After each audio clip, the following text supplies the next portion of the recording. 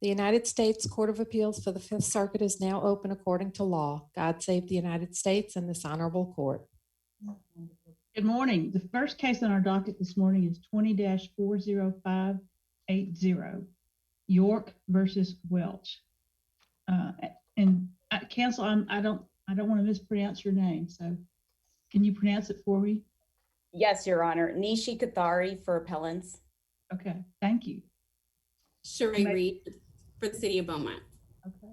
Good morning. Good morning, Ms. Kothari. We're ready to hear from you. May it please the court. Nishi Kothari for the appellants. We're here today because specific policies of the City of Beaumont were the moving force behind the grave constitutional violations against Chaz York, a young man who was only 23 years old, and while enjoying a night out with his friends and trying to go home, was shot and killed by an off-duty Beaumont police officer. And to understand how that happened or how that could have happened, we have to look at the background and the policies that were in place. Pursuant to the Texas Penal Code, Section 46.15, the state of Texas allows its officers, regardless of if they're on duty or off, to carry firearms. These events took place in Beaumont, Texas, and the City of Beaumont, through its official policymaker, Chief of Police, Chief Singletary, have two policies about these use of firearms while off duty. The first is that officers are taught to shoot to kill, not injure. The second is that officers are told they cannot carry tasers or any other type of non-lethal weapon while off duty. This means that for a City of Beaumont police officer, when they're off duty, the only weapon they can carry is a gun. Now, the Beaumont Police Department also has some other policies relating to training. Is the gun they carry off duty, is that their service weapon or is it their own private weapon? Upon information and belief, Your Honor, I believe it's their service weapon. You know, I've never heard of a police department that doesn't require their officers to carry a weapon and they're off duty. Do you have any evidence that this is unique? Well, Your Honor, it's not so much that the allowance of the gun is so unique, but rather the fact that they can't carry anything else, that they can't carry a taser or some other type of non-lethal weapon, so that when they're met with a situation, such as the situation in this case, that they weren't able to use a non-lethal force. Have you got any evidence or any indication that most police departments require their officers to carry a taser? Well, Your Honor, at this stage in the pleadings where we're at, then keeping in mind that this is a 12B6 motion that was converted to 12C, we did not plead that that was a policy of other police departments, but it is a policy that we believe was a moving force behind this constitutional violation. How many instances of off-duty shootings have there been in Beaumont? The complaints that were pled in the plaintiff's first amended complaint show that there were at least 2 complaints of off-duty conduct that they were aware of. And then additionally, there were 26 other instances of unreasonable use of force and another 4 of excessive force. How many shootings were there off-duty? We don't have that evidence at this point in the point in the case where we're at. We don't have that evidence. Did you do any discovery in the case? No, Your Honor, we had very limited discovery at this point. Why is that? Why did you have limited discovery? Well, at the point that we were at, the court allowed very narrow type of discovery. And so while we were able to obtain some of the training records, we still, for example, don't have the full records of Officer Welch, the officer in question here. We don't have any of their policies and procedures that were formal or written down. Those were to be decided later by the court, and the court was going to allow us to do that later on. But at this stage, there was very narrow parameters by which kind of discovery we could do. No depositions had been taken at this point.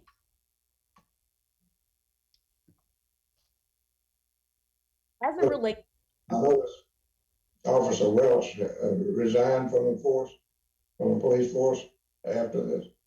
Yes, Your Honor. Officer Welch was not disciplined. He resigned from the force. And after he resigned, he joined up with another police department and within months later shot and seriously injured another man, Vance Chastain. Has he been prosecuted yet? Both of these cases have been submitted to the grand jury, and the grand jury refused to indict. Thank you. Thank you, Your Honor. As it relates to the training policies, what appellants pled in their First Amendment complaint is that this case is unusual than the other 1983 cases that have come before this court, in the sense that there was absolutely no training whatsoever for the officers on non-lethal weapons when they are off duty, because they're told they can't carry those non-lethal weapons. And there's absolutely no training whatsoever on de-escalation or crisis intervention techniques. There was also no training whatsoever on non-lethal self-defense measures. And there was absolutely no training on first response for off-duty officers. And so, unlike some of the other cases that this court has heard, such as in Pena or Alvarez, this was not just a case of simply inadequate training, but it's more similar to the Brown versus Bryan County case, where there's absolutely no training whatsoever in these areas. Well, the officer had been in the Marine Corps a number of years, hadn't he? Didn't he go through basic training, and he had all the training that most Marines think are excessive, at least while they're going through it? Yes, Your Honor. He was in the Marine Corps, and for a couple of years he was in the Marine Corps. And what we found in the Marine Corps records the limited records that we had, is that he was an expert marksman, and that he was certified in that. And when you're told that your only option is to shoot to kill, not injured, and that's what the guidelines were in the Beaumont Police Department, and he's an expert marksman, well, he's not going to miss then. And that's what happened here. Do you know whether that's the usual training that's given police officers, shoot to kill? It was not pled in this whether or not that's the usual training or the customary training, but it was the formal policy that was stated by Chief Singletary, especially immediately right after this event occurred. He actually went on the media and said that we don't train our officers to shoot at a leg or an arm. And in this case, we have to keep in mind that Mr. York was unarmed, and he wasn't arrested, and he wasn't detained, and he wasn't trying to flee from arrest, and he wasn't handcuffed. He wasn't told he had to stop or turn around. All that goes to Welch, but we're talking about Beaumont right now. Yes, Your Honor. And what put Beaumont on notice that its police officers, that this was a problem, that its off-duty police officers were exerting excessive force or were shooting people, and the kind of things that happened here? What notice did the city have before this incident? Well, Officer Welch actually had several prior incidences of conduct that include excessive force and violent behavior. In fact, his record shows that every single year that he was employed with the city of Beaumont, he had some sort of violation. In 2012, he held a man at gunpoint who was just trying to walk his dog. In March 2016, right before this incident occurred, just months before, he shot and killed Herbert Balance.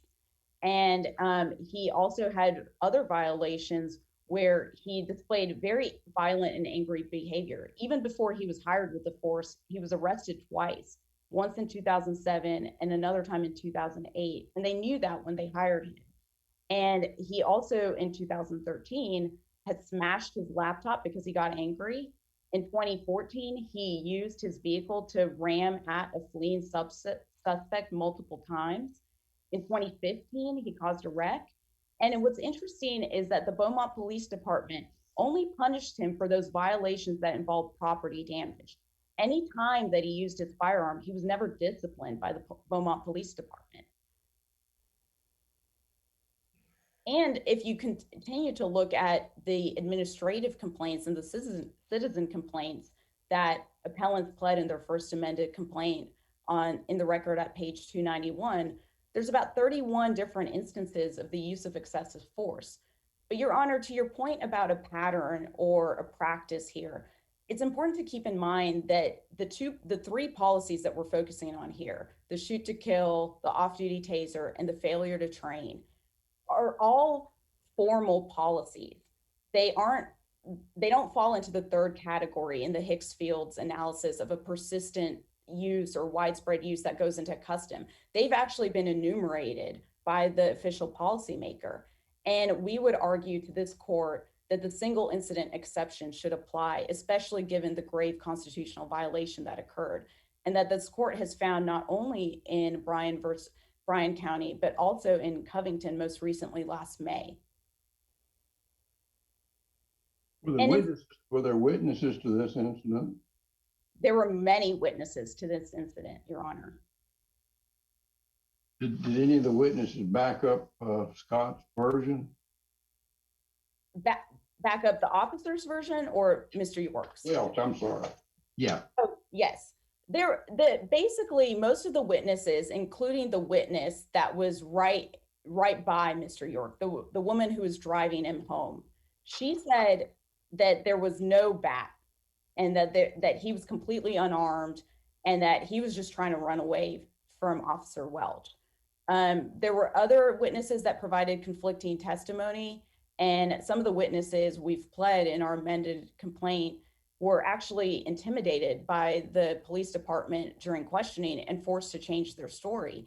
And any witnesses who said that Chaz York was unarmed were not presented in front of the grand jury when this case was before the grand jury. So after this incident, the police department accepted Welch's version and the version of the witnesses that favored him, I think. Yes, Your Honor. And they took no disciplinary action against him and then allowed him to resign just a few months later in February of 2017. This happened in October of 2016. And after he resigned, as I mentioned, he went on to another police department, was given a recommendation by the chief of police, Chief Singletary. And after he resigned, just several months later, shot at another man, Vance Chastain May, and seriously wounded him. Were you permitted to depose the officer? No depositions were allowed to take place at this point in the case. And so no depositions were taken. And that is. Do you have a statement from him, or did anyone take a statement from him? There was a statement taken the night of the shooting itself, and he wrote down a statement through his attorney that was produced in discovery.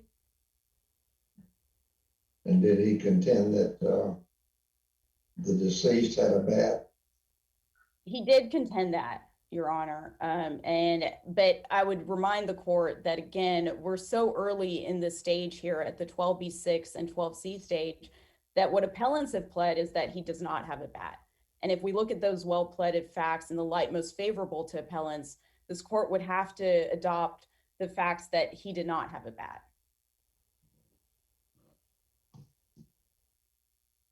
And one of the things that I think is also important to note here is that in the single incident exception and looking at the failure to train, in the Canton court, the Supreme Court gave a very specific hypothetical that's been repeated throughout case law as a pinnacle example of when a municipality can be held liable for a failure to train. And it's found in footnote 10. And if you'll just allow me to read it briefly, city policymakers know to moral certainty that their police officers will be required to arrest fleeing felons. The city has armed its officers with firearms in part to allow them to accomplish this task. Thus, the need to train officers in the constitutional limitations on the use of deadly force can be said to be so obvious that failure to do so could properly be characterized as deliberate indifference to constitutional rights. In Burge, this court stated that a single incident exception can be used in cases with proof of the possibility of recurring situations that present an obvious potential for violations. Here, we've pled that this is not just a possibility anymore, but a certainty, as he shot and seriously wounded another person. And so looking at the case law and looking at the entire record that's before this court in plaintiff's first amended complaint, we have an officer who was told he can only shoot to kill, not injure. We have an officer who's not allowed to carry any sort of non-lethal deadly weapon and while he's off duty. And then he's never disciplined for any time in which he's used his firearm in the past and injured or killed other people. And so we would argue to this court that it should reverse the lower court's decision that dismissed appellant's complaints against the city of Beaumont. And I thank you for your time. Thank you, Ms. Reed. Good morning. May it please the court.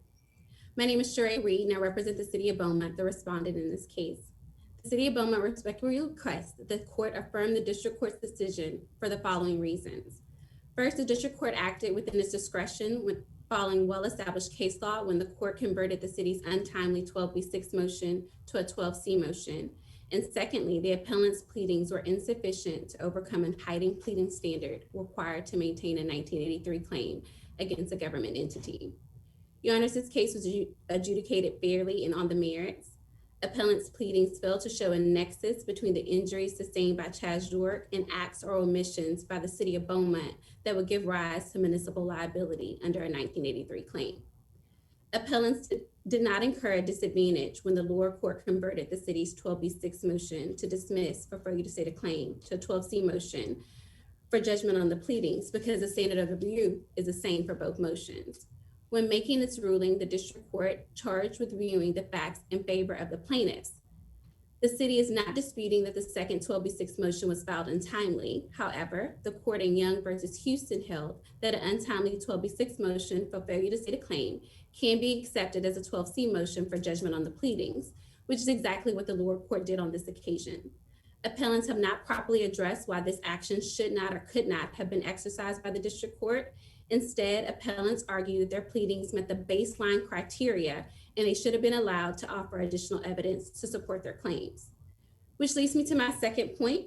The appellant's pleadings were insufficient to maintain a 1983 claim.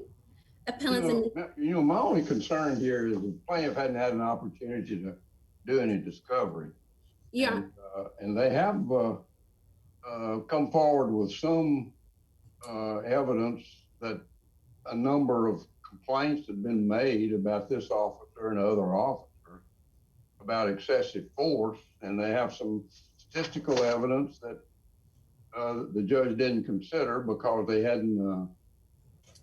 They had like 10 years of evidence that statistics, and discovery would allow them to narrow that down and see what complaints were within the relevant time period. Why shouldn't the plaintiff at least be able to take a plaintiff's deposition and to that point, the city representative's deposition and get the records of the city for the case is dismissed?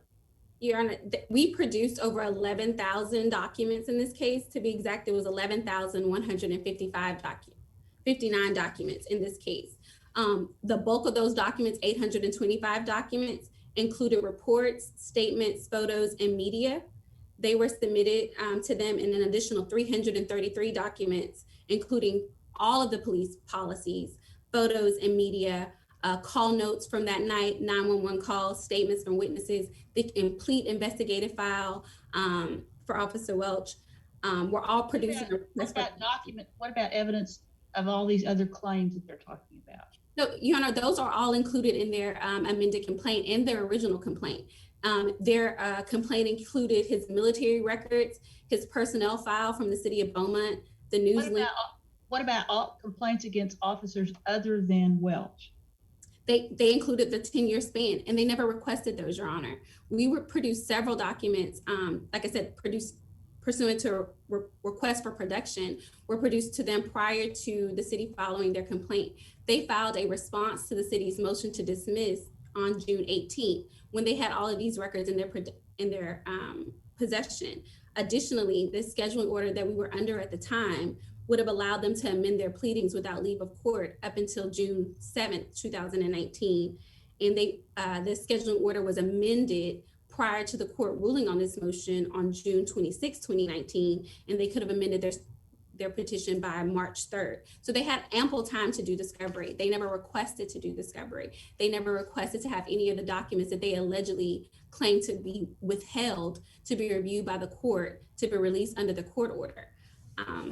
But you know, when you get documents and you don't have an opportunity to depose the department to explain the document and give some color to it, you know, I'd say in many cases, the documents alone are just not that helpful. Your Honor, they never requested to depose anyone. During that They time, were under an order that they couldn't do it. no, sir, that's incorrect. There was What did the order say? There was a protective order issued in this case. The protective order can be found in the record. I believe it's ROA. Give me a second. What did it say, basically? Basically, all it did was limit how they could use the documents. So basically, it presented them from, I guess, posting them on the website, discussing them in the media. It really wasn't to restrict them from deposing anyone. We've used this protective order in several of our other cases, and we've done depositions in several of our other cases under this protective order. They had, during this time period before the motion to dismiss was granted, they did a request for inspection of the items that we had in evidence. The protective order wasn't a deterrent for discovery. Like I said, under the discovery order, we produced several documents. So the fact that they're saying that they couldn't do it because of the protective order, which is at 259, by the way, in the record, 259 to 265 on the record, never prevented them from doing that. So that's an inaccurate statement. They could have taken depositions. They chose not to. And in their brief to the court, they are in their reply brief to this court, they said that they identified 6 policies. Today, they only focused on those 3, but I do want to quickly go through the fact that the moving force element, which is the primary thing that we're here to discuss today, was one of the major issues in this court. The city does not have a shoot to kill policy. The city has a response to resistance policy, which allows an officer to use lethal force when he or she has a reasonable belief that such force is immediately necessary, and at no point is the policy directed an officer to shoot to kill. They reference an interview that the chief gave immediately following the incident, in which case he explains that the city doesn't train officers that way. What he's saying is that we train them to neutralize a threat immediately. In Graham versus O'Connor, a United States Supreme Court said that the calculus of reasonableness must embody allowance for the fact that police officers are often forced to make split-second decisions or judgments in circumstances that are tense, uncertain, and rapidly evolving about the amount of force that is necessary in a particular situation. At the time of the shooting, Officer Welch was acting under the belief that Chaz York was going into his trunk to retrieve a weapon. Well, that's all right. That's about Welch. We need to focus on Beaumont. Yes, ma'am. And that's what I'm saying. Like, the policy doesn't support that. There's no policy that allows for that, and that's an inaccurate statement.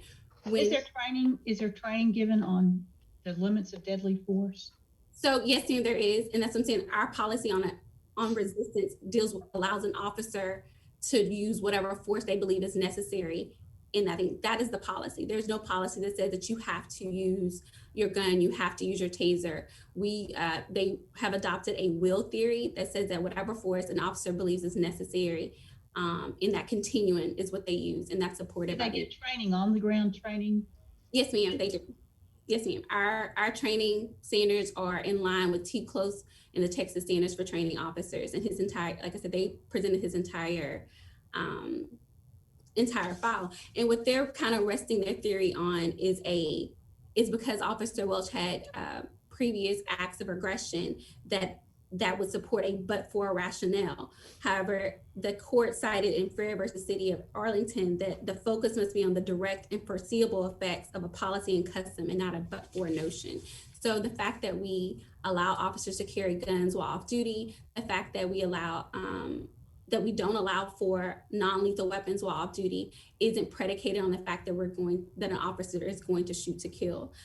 This opinion was also shared. They've alleged that this particular officer had multiple prior instances where he used a firearm. So in the case in the case of his firearm, there was only one incident where he was with the city of Beaumont where he used his firearm and actually killed someone. The first incident where non-deadly force was used, where he pulled his gun on an individual, was a gentleman who was walking his dog in that area. Very recently to that occasion, there had been a break-in in a home in that area where the individual had used a bat and had a large dog with him. This was not the case in this situation. However, Officer Welch, acting under that belief, did stop and detain that gentleman. That incident was resolved without incident. The second occasion was in 2006 when he shot and killed a man who was allegedly holding a gun at his own head. Officer Welch was investigated by the DA's office and subsequently cleared. The facts that were not presented in the record is that that individual had a victim, his girlfriend, who he was holding hostage. This is in the record or not in the record? Yes, no, ma'am, it was not. That's what I'm saying. It was not in the record. However, Talk to us about things that aren't in the record. yes, ma'am. But what is in the record is that he was cleared. He was investigated by the DA's office and he was cleared of any wrongdoing. They've plaintiffs submitted, I guess this is from the documents of the city, that there were like 21 complaints over this 10-year period of excessive force and 18 administrative complaints.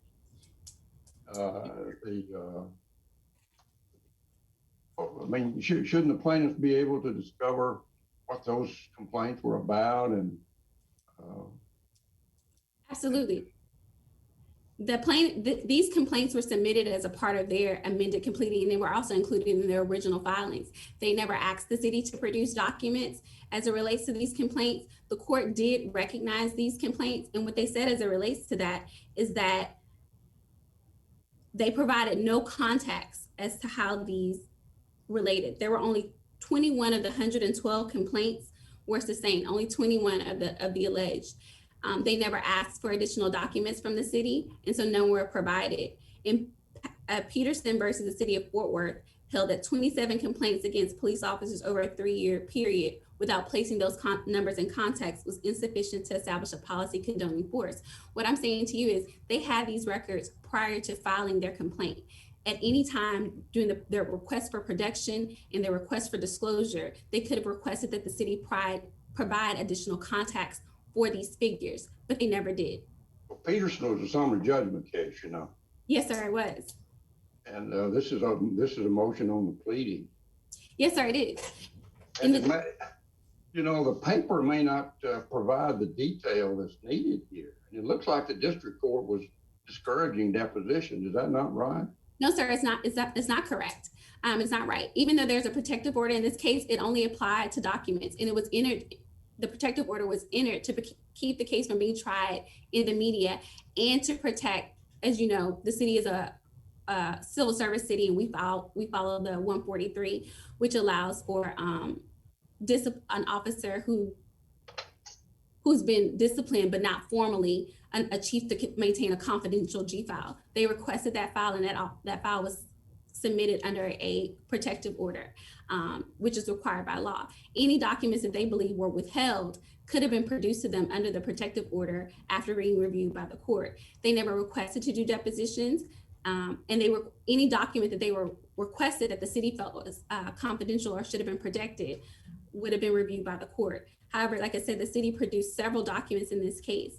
The information that they had as it relates to the excessive force complaints was public information. Had they requested to do a deposition or requested that the city provide admissions or interrogatories to explain the information that they already had in their position, the protective order would not have prohibited that. How many promotions did Officer Welch get during his career with Beaumont? He was a grade 1 officer. Now, we have a CBA contract, a collective bargaining agreement, which allows for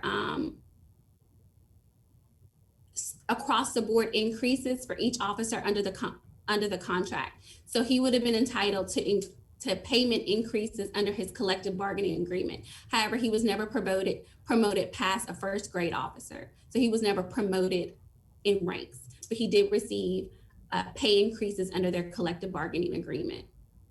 Even there was no for cause excuse the city could offer for not giving him a pay raise? No, sir, we have a collective bargaining agreement and we're bound by that collective bargaining agreement with our police union. So any officer who is employed with the city of Beaumont can receive a pay increase under the collective bargaining agreement. And so There complaints that have been made against it.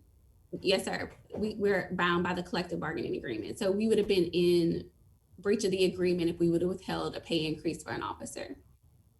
So what the collective bargaining agreement does allow is that if an officer who chooses to test for promotion wants to go up for promotion, the chief can decide to not promote them based on past practices and behaviors.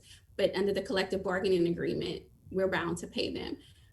You can terminate an officer for cause. Yes, sir, we can terminate an officer for cause. Did he ever come up for termination?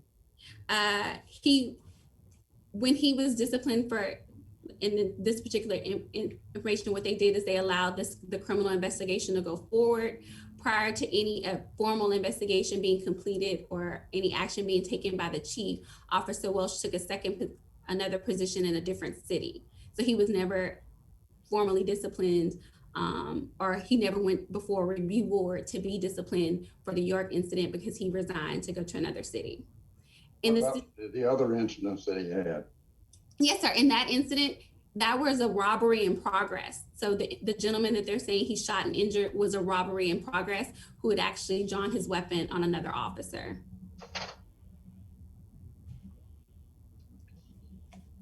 As it relates to the alleged code of silence that they referenced for the city, in rejecting the code of silence custom, the district court cited to Burge versus Strain, which held that evidence of an isolated occurrence does not support municipal predicated liability on the theory of widespread custom. All the incidences of code of silence in this case relate to the single incidents of the shooting of Chaz York.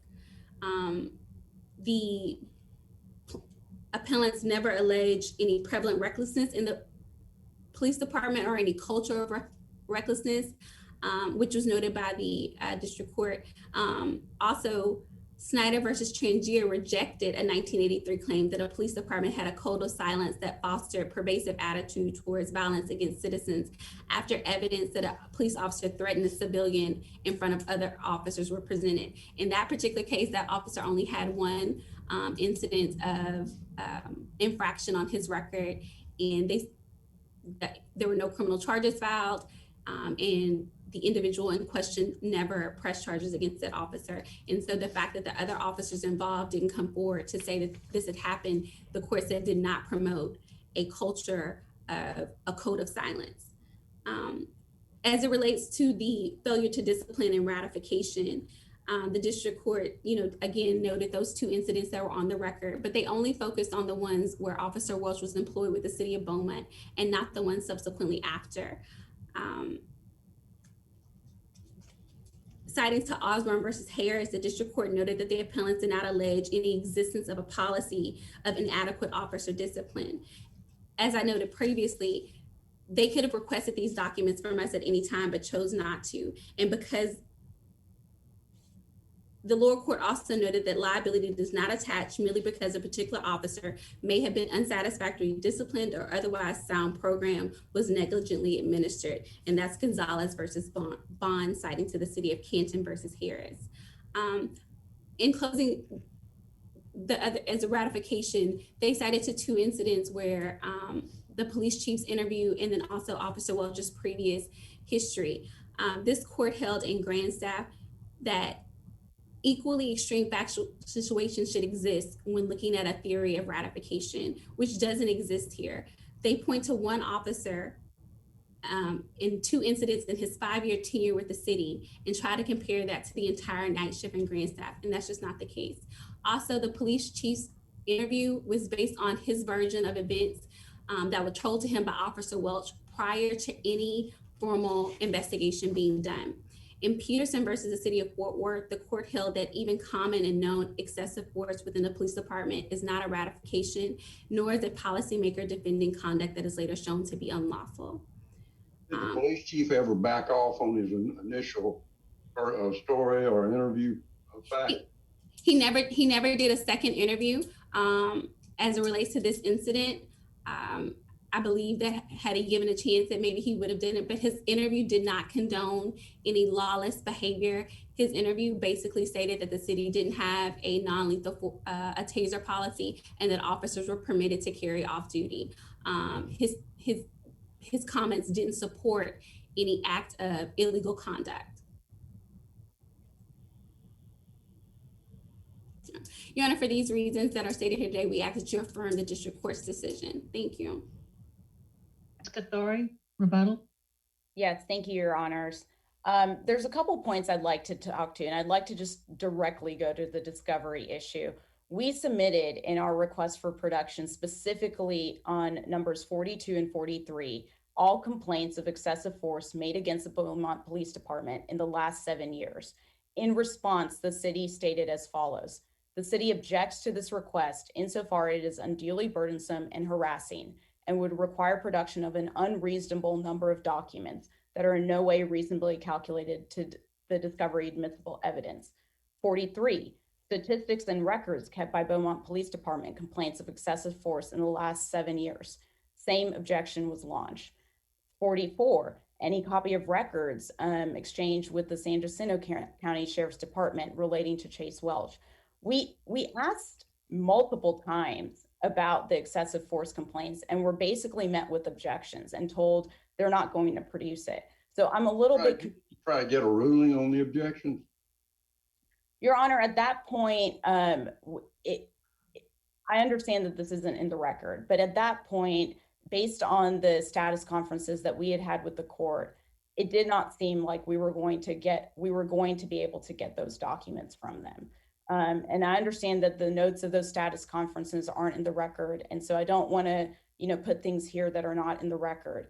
But it just seemed that at every time in which we held a status conference with the district court about these things, we were met with resistance. Are you contending on appeal that we need adequate discovery?